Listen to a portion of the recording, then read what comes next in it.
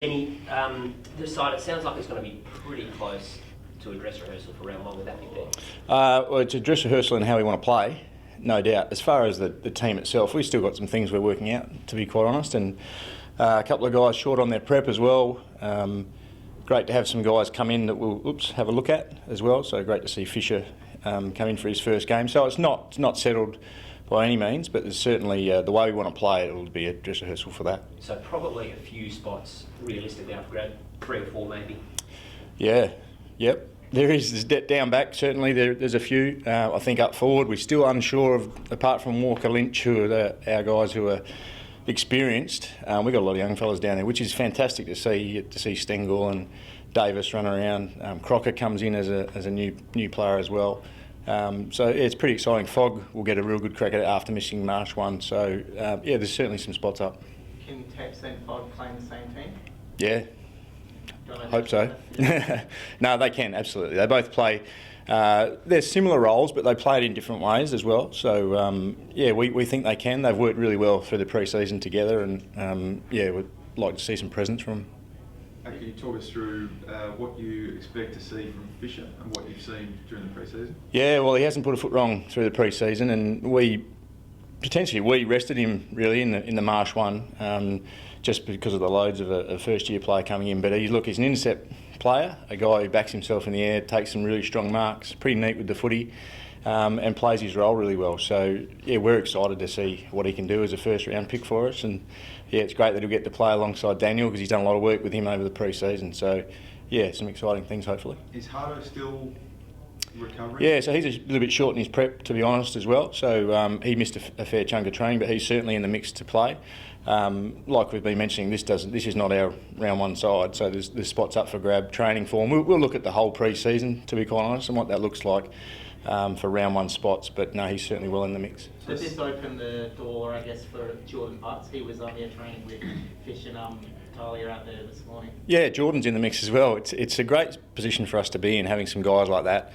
You know, Will Hamill was out there training as well. He's in the mix going forward. So then I guess we've got to decide, are we going to play 3 talls in defence or are we going to play 2, etc. So there's certainly a fight on for those spots. What about Jack Kelly? Yeah, again, he's probably different to those guys a little bit because he can play in the tall, small, sort of, medium size, play tall if we need him. So his form last week was fantastic and he's doing a lot right. Numbers, Hardy? Numbers in terms of how many you're going to carry into the game and play? Yeah, so we'll try and play 22 and we'll potentially have a couple there if we need to for emergency type. But yeah, if we can try and play 22, get a look at what that looks like for us. So you're looking at sort of Sloane, Laird, Smith, Walker all come in after the state game last week? Yeah, I think they need to have a good run around with us. I think even Sloaney in the Marsh one only played a half or maybe just over, and we need to try and get a little bit of continuity with those guys as well. Brodie clearly didn't play.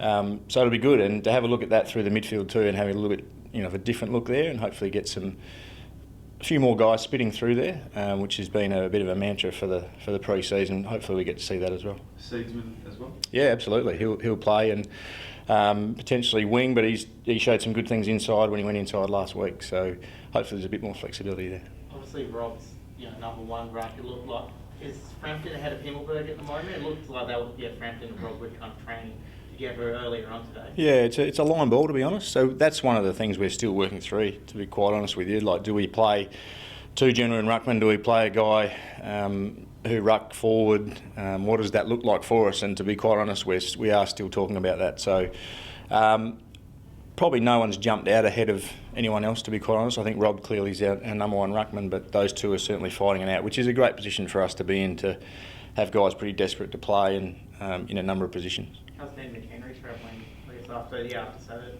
Yeah, no, he's been good. He's fine. He's good to go. If he doesn't play on the weekend, he'll certainly. Tomorrow he'll play Saturday. We've got a game on Saturday for the younger fellas and Samful guys. So he's all right. He's probably had a little bit interrupted preparation as well, with a few little injuries here and there. So, but he's certainly pressing, no doubt about that. What role do you think Chase Jones is going to be playing? It looked like he was on the kind of wing and then going in.